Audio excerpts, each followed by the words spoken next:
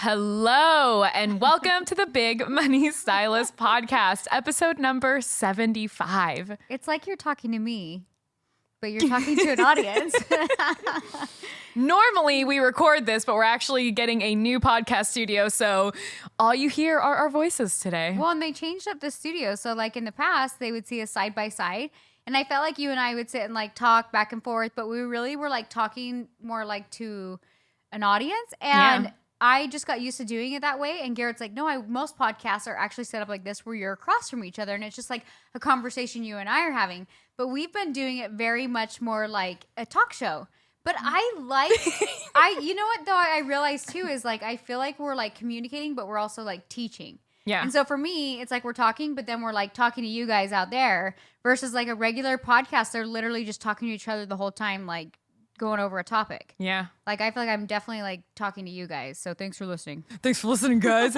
So a few weeks ago on Instagram, I had put out that I wanted to hear your guys' funny, crazy, inspirational, like wins, losses from the salon business life. And you guys emailed me some, DM'd me some. So let me say, if you have any of these stories, we would love to hear them. You can email me at ani@hairextensionsecret.com, and Ani is A-N-I. And we don't care if you're not a part of like the tribe or the...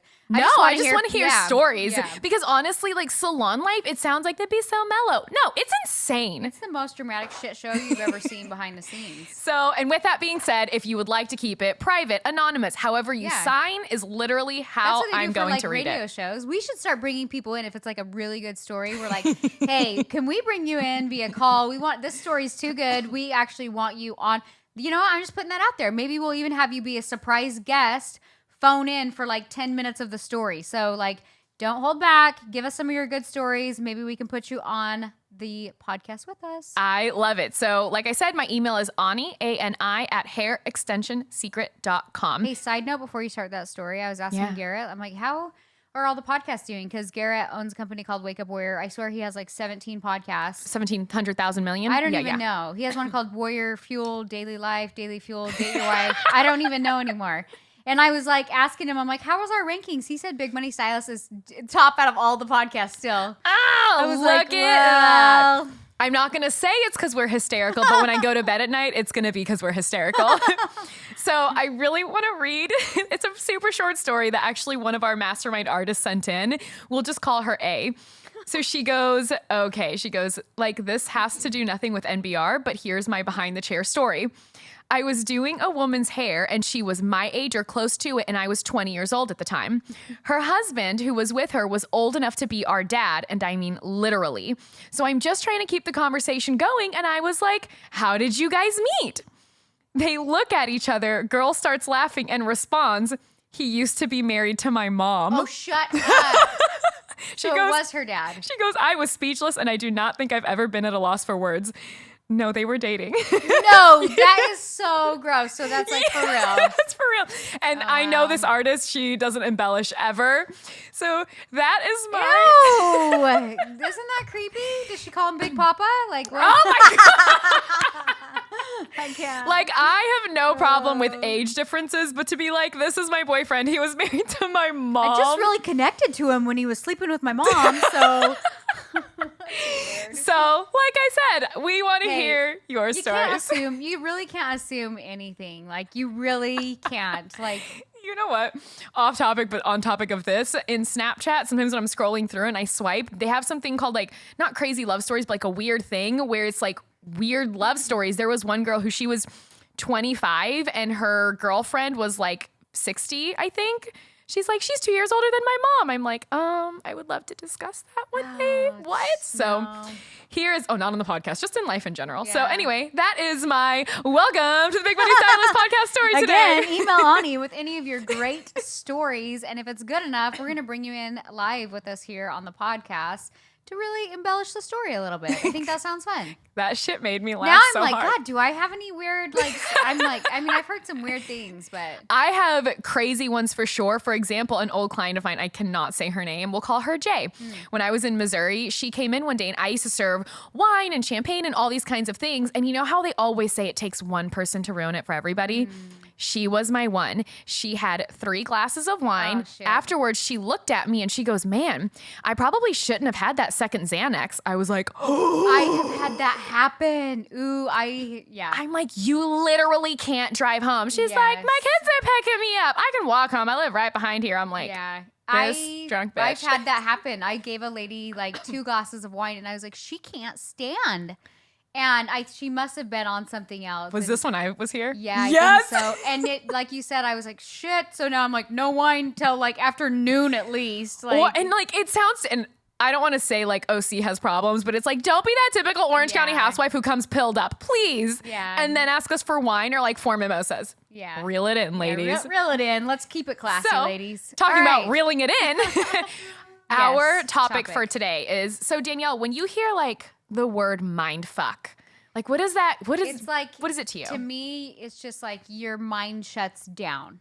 Like you're just like completely mind fucked. Your brain, like literally you can't comprehend. You like almost go paralyzed. That's what it means to me. Yeah. It's a paralyzation of the mind. There you go. That is the definition of mind. You're like, look it up in the dictionary. I'm 98% sure that may or may not be there. And oftentimes if you are mind fucked, you're probably in the right direction. So good job there.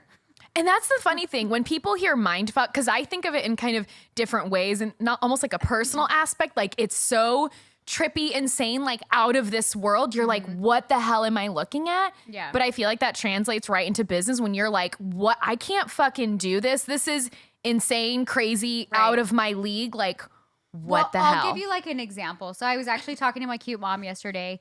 She's 65, maybe she's 67. I don't know. Sorry, Mom. Don't make her older. Yeah. Cut in the middle. She's 66. She's like 45, so just kidding. Good thing you're 35. Yeah, I know. You're 36. Wait. Yes. Wait. Thank you for counting down. No, but she calls me yesterday, and she's like, how you doing? I'm like, good. And then she's like, well, I have a question. And she was like, she's in real estate, and she's like, I want to start doing videos, and like, do you have any recommendations? And I was like, oh, I have so many recommendations. Oh, you're like, do you know what I do for a living? I was like, do you know what Instagram is?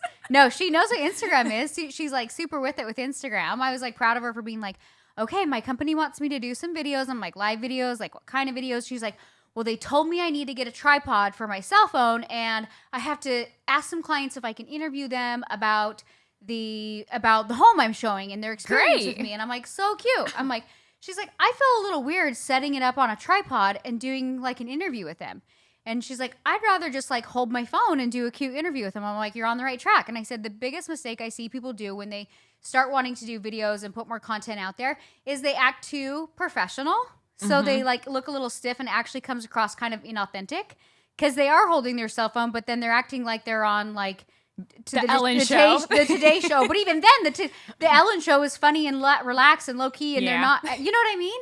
They're acting like they're on CNN. Fair, yeah. This is not like a political news show. Totally, Calm and down. they look a little stiff, and it doesn't allow your viewers to really connect with you, and it kind of makes you look a little bit inauthentic.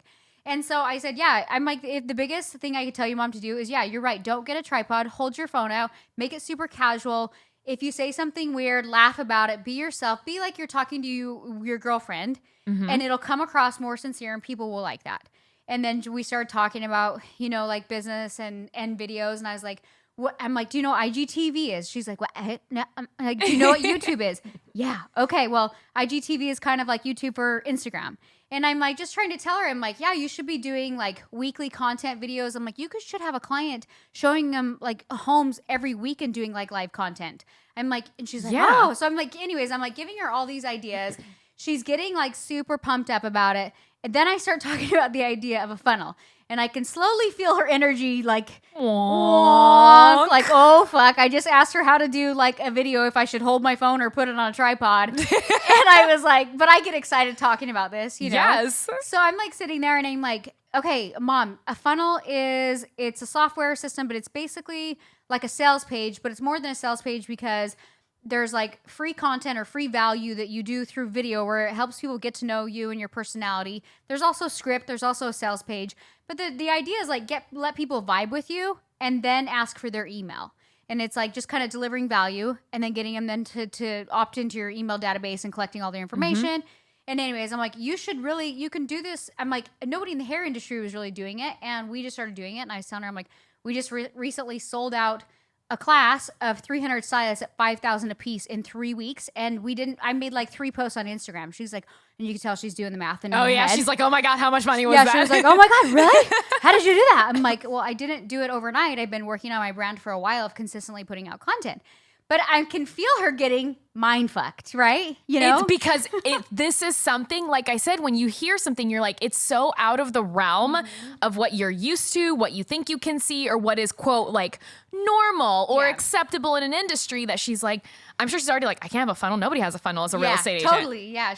That's what she said. She goes, well, I like this. And I think that we should be doing, more videos because you would save a lot of time and this and that. And you could tell she was like intrigued and interested, but like overwhelmed a little bit. Oh, yeah. And I was like, okay, I didn't want to overwhelm her. And I was like, listen, here's what I want you to keep in mind. Like when you do videos, the cell phone videos are great. I said, because then I guess my sister-in-law was talking to her about like editing softwares and all this. I'm like, let me put a screeching halt on that. Whoa. Slow it down. I'm yes. like, that's why you're also getting overwhelmed. Because now you're thinking, I've got to do videos. Now I've got to do this mass production and figure out how to edit them. And I'm like, you don't. I'm like, you got to invest money to make money. So what you could do is contract out a video team like once a month and put together like something like I do with my YouTube. You could create like little YouTube videos, have them do like B-roll. She's all, what's B-roll? Oh, shit.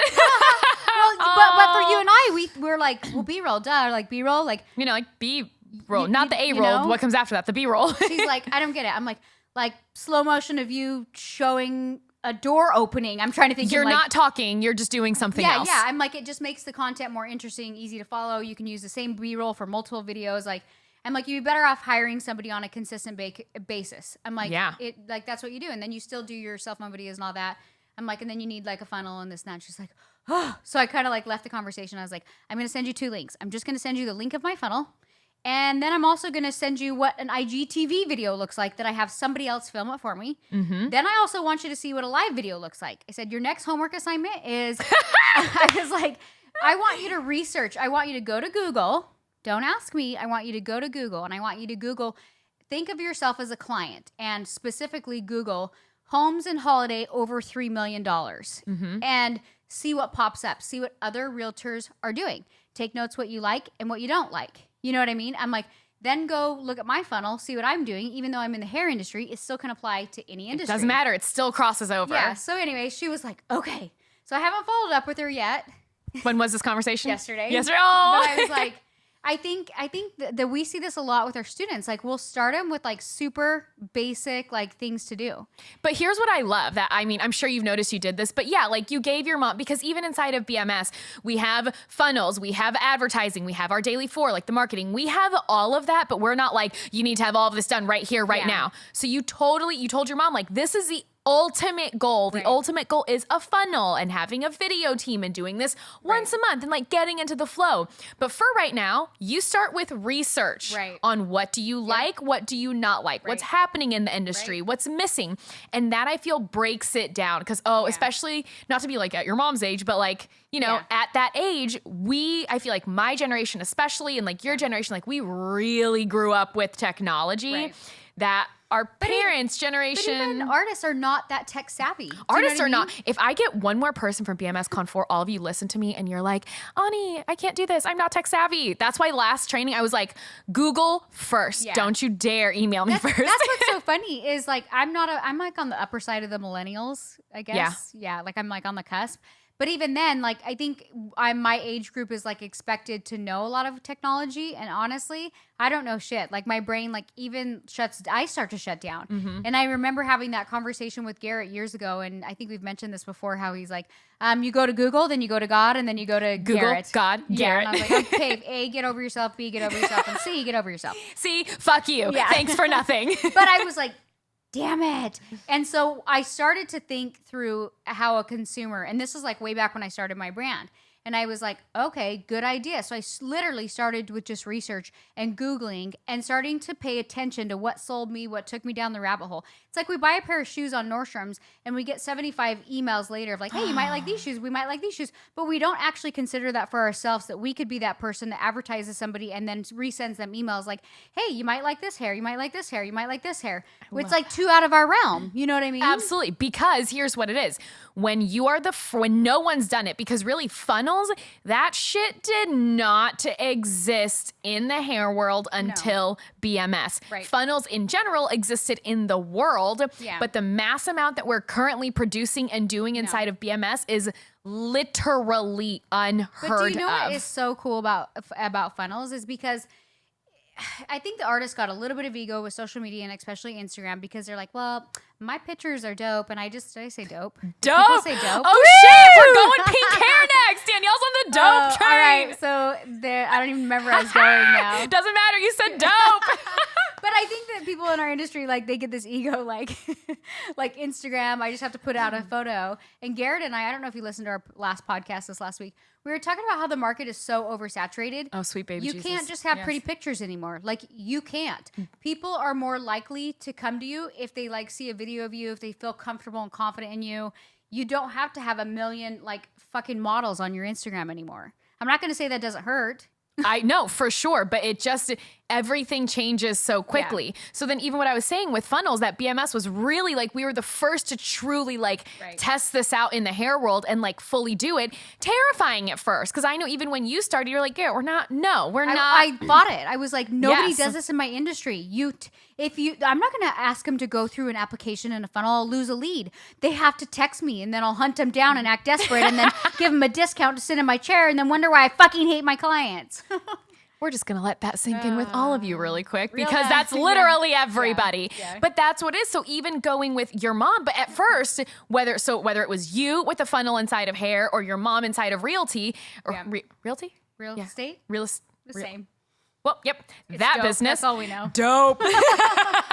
Or whether it's your mom inside of her business portion section, real estate, it doesn't matter. When you're the first to truly start something, terrifying. Right. Because you know there's going to be kickback. There's going to be like, what the fuck are you doing? Yeah. Like, honestly. That's not going to work. Yeah, it's never going to work. Especially with the older, like 60-year-old realtors. They're going to be like, you're going to do a video? Okay.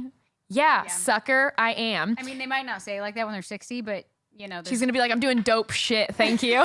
Could you please teach your mom just that one phrase? Would she say it is my question. She's like, she'd only say dope. She's like the S word. That's some dope crap. Dope shiz.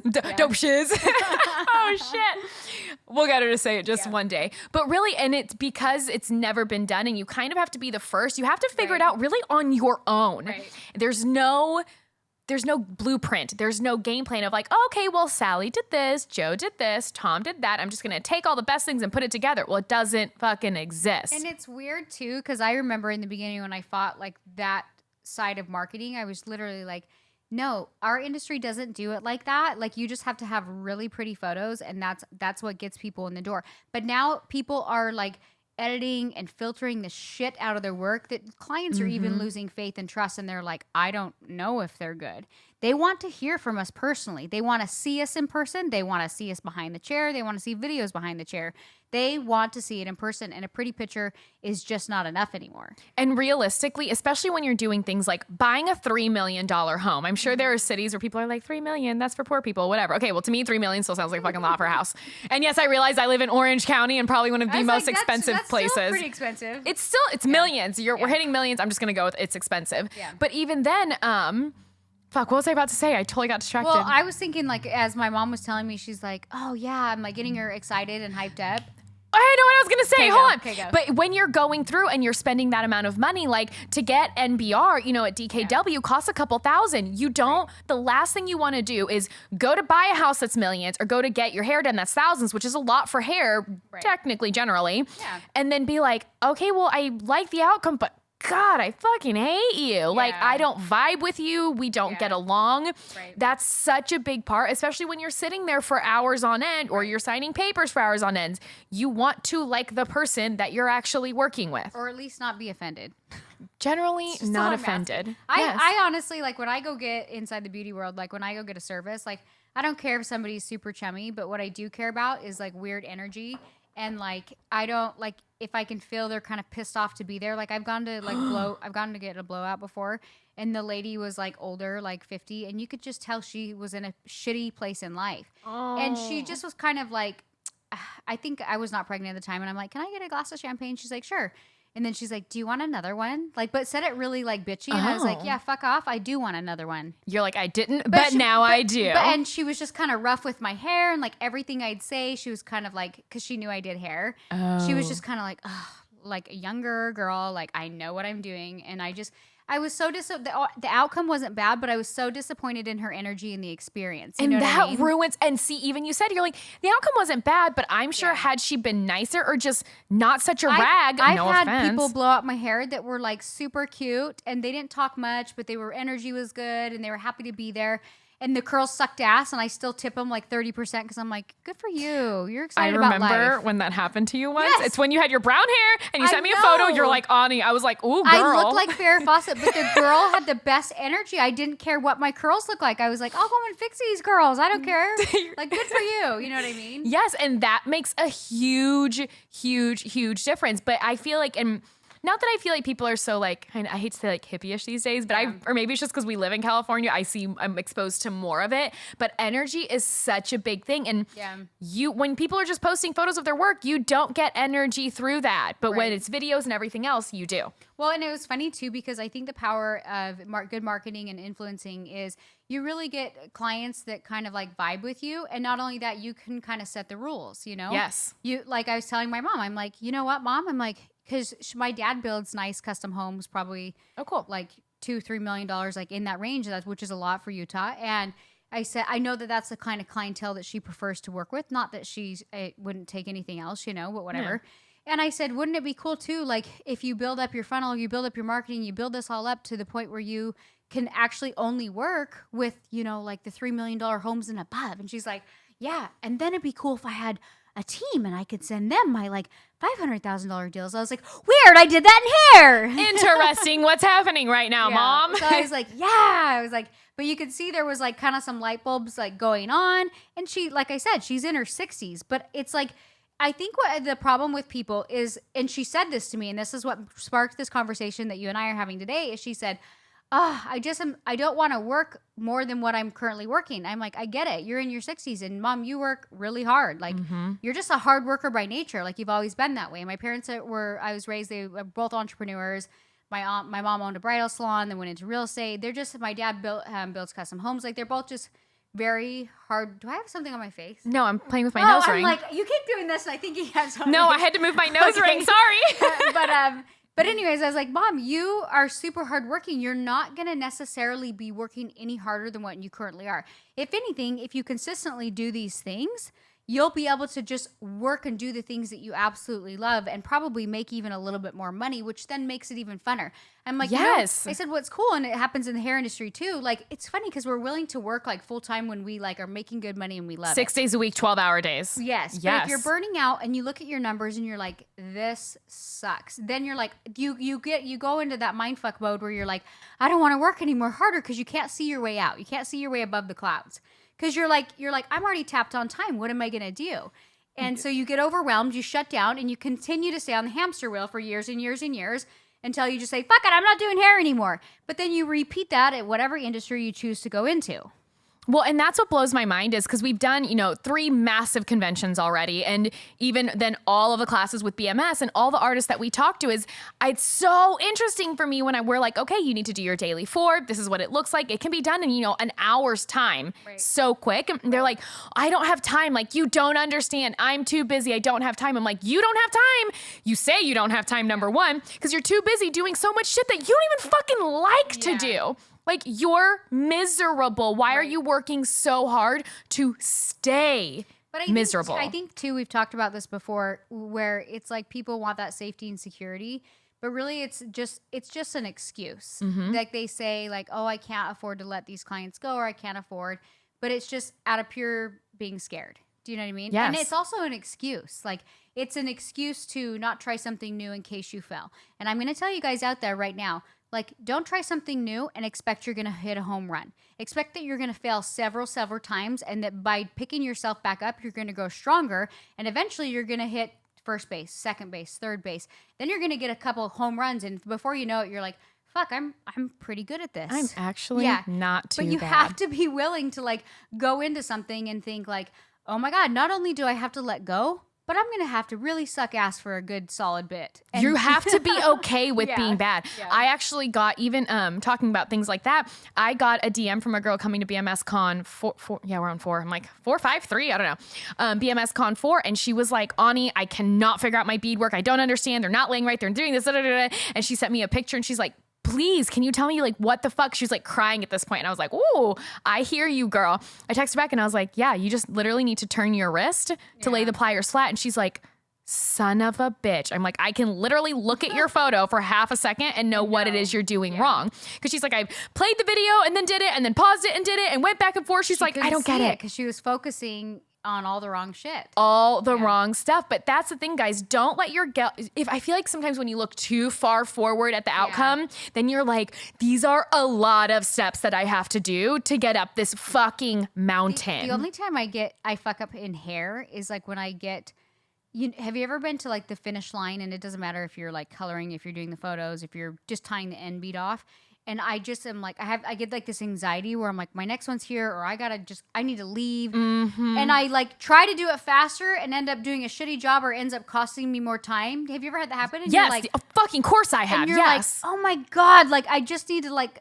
I literally need to go sit down and pee, calm myself down. You need to slow down to go faster. Yes, like I swear to God, the faster you try to go some days, the slower it's going to make you, Yes. because you start jacking shit You up. totally do. And then you end up leaving, and like you'll leave a client and be like, she won't notice. She won't notice. And then you get a call or a text 2 weeks later, and they're like, I have this string, or I have this one piece of color, and you're like, fuck. And it always ends up costing you more time. So you literally have to like, I'm not joking you when I feel that, and I feel like I have like this anxiety, like whether I'm finishing a photo or something, I literally will like go in the bathroom and be like, I have to go to the bathroom. Because I need to sit in a quiet place and be like, just chill out. You're freaking out over 10 minutes or 5 minutes or whatever it is. Collect yourself, or like go sit down and have a drink of water. You know. Well, even yesterday when I was inside of the salon, we have one of our models that came in. It was Kaylin, so fucking pretty. And I was like, I like won't rush these photos. Yeah. Oh, I got I hope you saw. Oh my God. I uploaded 147. I kept getting notifications. I was like, another photo.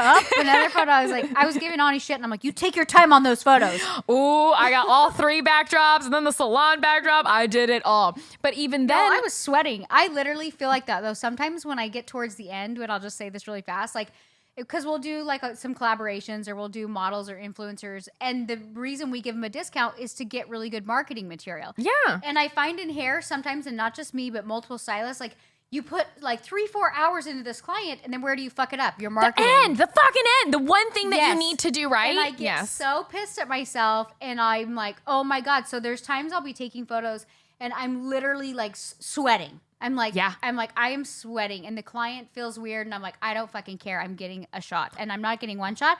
I'm getting 146. I'm getting 146 because I'm giving you. You're welcome. I'm giving you a discount on your hair. This is why I took you on, you know. For 146 photos. Well, even then, I'm sitting there taking the photos of Kayla. My next client comes in, and I'm sitting here like, that makes me, you know me and running late. I don't run late ever. But I'm sitting here, I'm like, no, I'm going to finish this off and finish strong like I fucking started strong. I'm not going to like dwindle off at the end. So I had the client, she was there 7 minutes early, and I ended up running like 15, 20 minutes behind. I was like, shit, sorry. But then I finished my photos with Kayla. I had the assistants go, like, take her, get her settled, take out the extensions. Like, so they were still doing things. Right. Finally, I came over. I'm like, hi, Brandy. Like, what are we doing today? Like, it was fine, but ooh, that panicked moment. What's so funny is I know you think I'm late all the time, and I am. It's a true story. But I run pretty punctual with my clients. Like, I do. Clients, yes. I will give you that one. If like I'm running behind, I always make sure I reach out and text them. As soon as they get there, I stop whatever I'm doing. I go over. I'm like, hi, how are you? Even though my assistants go over, I personally go over. I'm like, how's it going? I'm like, we're running still like 5 minutes late. They're like, absolutely. Because I value my time so much that I want to make sure people know that I value their time as well. And so my rule is I don't ever start. If their appointment's at 2, I don't ever start them 10 minutes. Like at 2:10, I start their hair. And I usually have the assistant started or whatever. And I'm like, I take the assistants over. I'm like, take that out real slow. That's what I did. I'm like, take it out. It's fine. Brush her, get her a snack. Yeah. And she was super chill. She was chilling on her phone looking at puppies. Like she was the happiest of campers. Clients like that. I'll tell you right now, like I would rather have, even if somebody was like working on me slowly, I would rather have somebody come get me and like start me. It's like when you go to get your nails done and you're sitting in the fucking soap bath for like 20 minutes and you're like, oh my God, what did I make an appointment for? Why am I sitting in this soap bath for 20? I get so irritated. Like the places like that, I don't go back to. I don't get my nails done because I don't like being touched by strangers. So oh my God. I've never had a massage in my life. I've never gone to a spa in my life. I don't get my nails done. I don't like being touched by strangers. You know what? It's aggressive. Keep your fucking stranger danger hands. I'm like that, but I really like having my nails done. And I don't mind having my feet done. Massages, I used to be weird about them, but Garrett loves going to get massages, so I've kind of gotten used to it. And I just make sure, not now because I'm pregnant, but I would have like a shot of tequila before I go. And I was like, this is great. So we are coming to the end of the podcast, but one more thing on massages. Yes. Look, it's weird that you're getting naked in a room with a stranger while they rub your body up and down with oils. That's all I'm going to leave it at. It's fucking weird. Yeah, I always request a female. I don't care. None of that makes me feel better. I'm like, I don't care. If it was a man, stranger danger. Don't fucking touch me with your dirty hands. Anyway, moral of the story today, guys, is I know. Don't let a massage mind fuck you, Ani. Massages are a mind fuck. Everyone listening, they're like, massages are great. Listen, bottom line is like, don't let yourself get overwhelmed because oftentimes you're actually just like costing yourself more time. Like people overthink it. They get too inside of their heads and then they can't push past the threshold in which they're currently used to being in. Yes. You know? And realistically, look, if you really want it, you're going to start at some point. So why wait another month, 6 months, a year, 5 more fucking years? Right. Because you could have been 5 more years down the road. Prioritize it. I always tell people, I'm like, because people would ask me all the time, like, do you have certain days you market and certain, and I'm like, absolutely. Like I have a whole blog post is like consistent every single week. Mm-hmm. And then it doesn't seem like that big of a deal. I'm like, Monday is Monday Maine. I post about hair. Tuesday is Date Your Wife podcast. Wednesday is Big Money podcast. Stylist. Like Thursday is like me just writing about whatever and showing a dress. Friday is YouTube. I'm like, when you have it planned out, it's just another part of your day. You don't overthink it. You just put it out there. Because I think people like think, oh my God, I did this one video and that's so much work. How could I do that every day? Sometimes your content's going to be fucking stellar. And sometimes you're just going to be like, man, it's okay. But it's better to be consistent than not to do anything at all. 100%. So moral of the story, guys, for this last podcast, not last forever, just last minute for today. Don't let yourself get overwhelmed. If you just break it down one step at a time, like Danielle's mom is doing, it makes everything 1,000 times easier. We have her on the show. Follow up with Gail. Yeah, Gail. Oh, I don't know why I think that's so cute. Isn't that a good mom name? Of course it is. So guys, thank you for listening to the Big Money Stylist podcast. Do not forget to send me your funny, crazy, inspirational, what the fuck moments to Ani@hairextensionsecret.com. And don't forget also, if you go to your podcast app, you can get a little notification of us pop up every week. Listen to it on your drive. Listen to it at the salon with your headphones. Maybe not while we're working on a client, but you know. No, don't do that. Do it when you're driving. Do it when you're driving. You get a little notification. I promise you guys will get amazing content each week, and we want to hear more of your stories. So we will see you guys next week.